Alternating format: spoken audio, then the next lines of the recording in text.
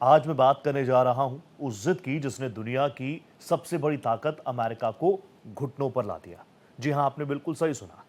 राष्ट्रपति Donald J Trump की एक जिद ने अमेरिका को ऐसे ठहराव में डाल दिया जो इतिहास में अब तक का सबसे लंबा गवर्नमेंट शटडाउन कहलाया गया। 36 दिनों तक सरकार बंद रही, 1 लाख करोड़ से अधिक का नुकसान और 14 लाख सरकारी कर्मचारी जो अपने घर चलाने के लिए कर्ज लेने पर मजबूर हो गए। कहते हैं जब सत्ता जिद में बदल जाती है तो जनता सबसे बड़ी कीमत चुकाती है। ये कहानी सिर्फ अमेरिका की नहीं, ये सबक हर उस लोकतंत्र के लिए है जहां अहंकार नीतियों से बड़ा हो जाता है।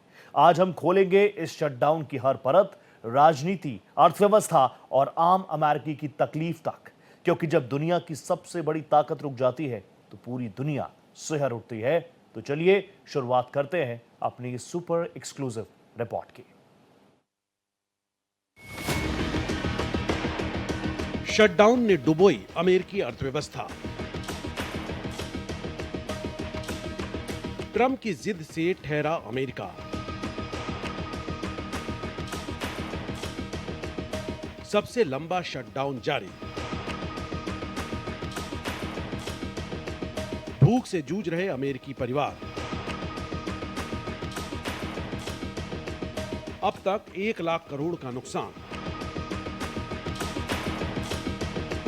14 लाख लोग कर्ज लेकर घर चला रहे। अर्थव्यवस्था को लगा बड़ा झटका।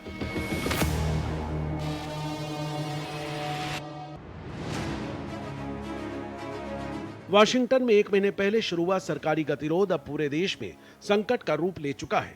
1 अक्टूबर से शुरू हुआ ये सरकारी शटडाउन अब दूसरे महीने में पहुंच गया है और इसके कारण लाखों अमेरिकी मुश्किल में हैं। सरकारी कर्मचारी तंगी में हैं, कई के पास खाने के पैसे नहीं बचे हैं और जरूरी सेवाएं धीरे धीरे ठप पड़ रही हैं। सरकार और विपक्ष के बीच स्वास्थ्य बीमा के फंड को लेकर टकराव जारी है। ये वही योजना है जिससे करीब 2 करोड़ अमेरिकी सस्ती दरों पर स्वास्थ्य बीमा ले पाते हैं। विपक्षी डेमोक्रेट्स का कहना है कि जब तक इन सब्सिडी को बहाल करने का समझौता नहीं होता, सरकार दोबारा नहीं खुलेगी।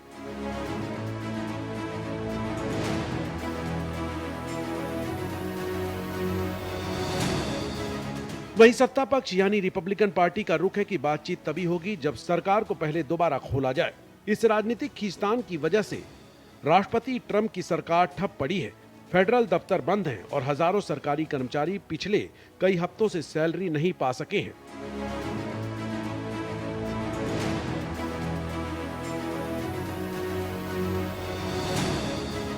कई कर्मचारियों को अब खाने के लिए फूड बैंक पर निर्भर रहना पड़ रहा है। यह अमेरिका के इतिहास का सबसे लंबा शटडाउन है। इससे पहले राष्ट्रपति ट्रंप के पहले कार्यकाल के दौरान साल 2018 में 35 दिनों तक सरकारी कामकाज ठप रहा था। इस बार ट्रंप हेल्थ केयर प्रोग्राम की सब्सिडी बढ़ाने को तैयार नहीं है। इस वजह से अमेरिकी संसद के ऊपरी सदन सीनेट में फंडिंग बिल पास नहीं हो पा रहा है। इस बिल पर अब तक 13 बार वोटिंग हो चुकी है, लेकिन हर बार बहुमत के लिए जरूरी 60 वोट से 5 वोट कम रह गए।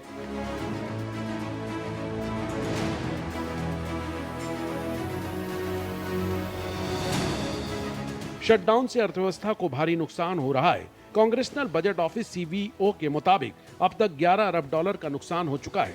अगर शटडाउन जल्द खत्म नहीं हुआ तो देश की GDP में चौथी तिमाही में 1% से 2% की गिरावट आ सकती है।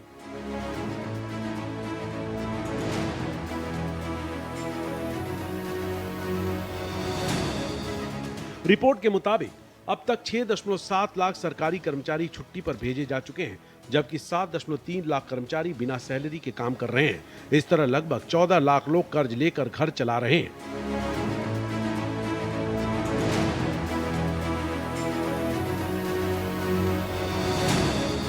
CBO के मुताबिक जबरदस्ती छुट्टी पर भेजे गए कर्मचारियों की करीब $400 मिलियन हर दिन सैलरी का नुकसान हो रहा है। CBO के डायरेक्टर फिलिप स्वेगल ने कहा कि शटडाउन के कारण सरकारी खर्च में देरी हो रही है और इसका अर्थव्यवस्था पर नकारात्मक असर पड़ा है। यह असर कुछ हद तक खत्म हो जाएगा, लेकिन पूरी तरह नहीं। अमेरिका में सरकारी कामकाज ठप पड़ने, शटडाउन के चलते हवाई यातायात बुरी तरह प्रभावित हुआ है।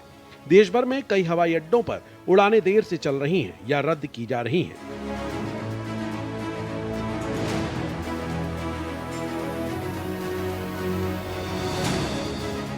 परिवहन विभाग ने चेतावनी दी है कि 11,000 एयर ट्रैफिक कंट्रोलर को वेतन नहीं मिला है और अगर ये स्थिति जारी रही तो हवाई यातायात पर गंभीर असर पड़ेगा।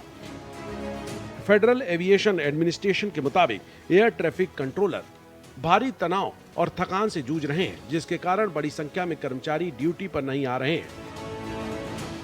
FAA की रिपोर्ट के मुताबिक 31 अक्टूबर से 2 नवंबर के बीच अमेरिका में 16,700 से ज्यादा उड़ानें देरी से चलीं और 2,282 उड़ानें रद्द करनी पड़ी। FAA ने बताया कि उसके प्रमुख 30 एयरपोर्ट्स में से आधे में स्टाफ की भारी कमी है। न्यूयॉर्क क्षेत्र के हवाई अड्डों में तो 80% तक कर्मचारी मौजूद नहीं है। Air traffic controller emergency service के तहत आते हैं, इसलिए वो काम पर तो आ रहे हैं, लेकिन 1 अक्टूबर से उन्हें तनख्वाह नहीं मिली है। परिवहन मंत्री सीन डफी ने कहा कि हम सिस्टम को सुरक्षित रखने के लिए ज्यादा मेहनत कर रहे हैं, इसमें उड़ानों की देरी और रद्द होना शामिल है, लेकिन मैं एयर ट्रैफिक कंट्रोलरों को नहीं निकालूंगा क्योंकि वे अपने परिवार को खिलाने के लिए दूसरी नौकरियां कर रहे हैं। शटडाउन की वजह से 22 मिलियन 4.2 करोड़ अमेरिकियों की फूड स्टैंप सहायता रुक गई है। अमेरिका के एग्रीकल्चर डिपार्टमेंट के पास इस कार्यक्रम के लिए सिर्फ $5 अरब का रिजर्व फंड है, जबकि नवंबर में फूड स्टैंप जारी रखने के लिए $9.2 अरब की जरूरत होगी। न्यूयॉर्क, कैलिफोर्निया और मैसाचुसेट्स समेत 25 राज्यों ने इस फैसले के खिलाफ ट्रंप प्रशासन पर मुकदमा दायर किया है।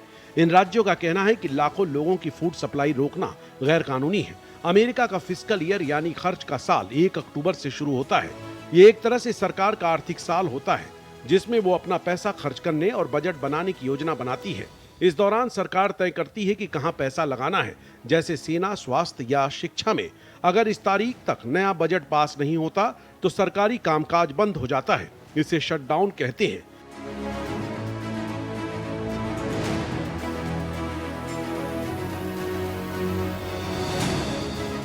अमेरिकी संसद में इस समय फिलीबस्टर की कंडीशन बनी हुई है। इसके जरिए सांसद किसी बिल पर बहस को जानबूझकर लंबा खींच सकते हैं ताकि उस पर वोटिंग देर से हो या बिल्कुल न हो पाए। अमेरिकी सीनेट में किसी भी प्रस्ताव पर बहस खत्म करने और वोटिंग कराने के लिए क्लोटर नाम की प्रक्रिया होती है। इसके लिए कम से कम 100 से 60 सीनेटरों का समर्थन जरूरी होता है। इसी वजह से ट्रंप का फंडिंग बिल अटका हुआ है। विपक्ष इस नियम का इस्तेमाल सिर्फ कानून पास होने से रोकने के लिए करता है, भले ही मुद्दा कितना भी जरूरी क्यों न हो। फिलीबस्टर का मकसद अल्पसंख्यक दल को भी कानून निर्माण में अपनी बात रखने का अधिकार मिले।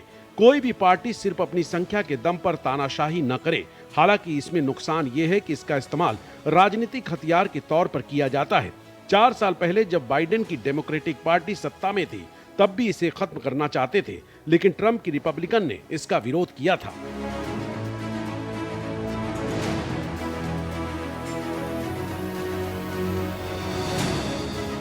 बता दें, दुनिया की सबसे बड़ी ताकत, सबसे बड़ी अर्थव्यवस्था और सबसे मजबूत लोकतंत्र अमेरिका में एक वक्त ऐसा आ गया जब ये महाशक्ति थम गई।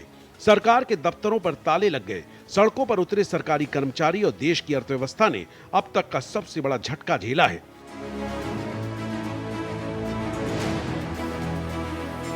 साल 2018 के आखिर में भी अमेरिकी राजनीति एक ऐसी बहस में उलझ गई जिसने पूरे देश को रोक दिया, जिसमें राष्ट्रपति ट्रंप ने अमेरिका और मेक्सिको की सीमा पर एक विशाल बॉर्डर वॉल बनाने को कहा, जिसमें ट्रंप का दावा था ये दीवार अवैध प्रवासियों को रोकेगी, ड्रग्स और अपराध को खत्म करेगी। लेकिन इस दीवार के लिए ट्रंप चाहते थे $5.7 बिलियन यानी लगभग 45,000 करोड़ रुपए का बजट।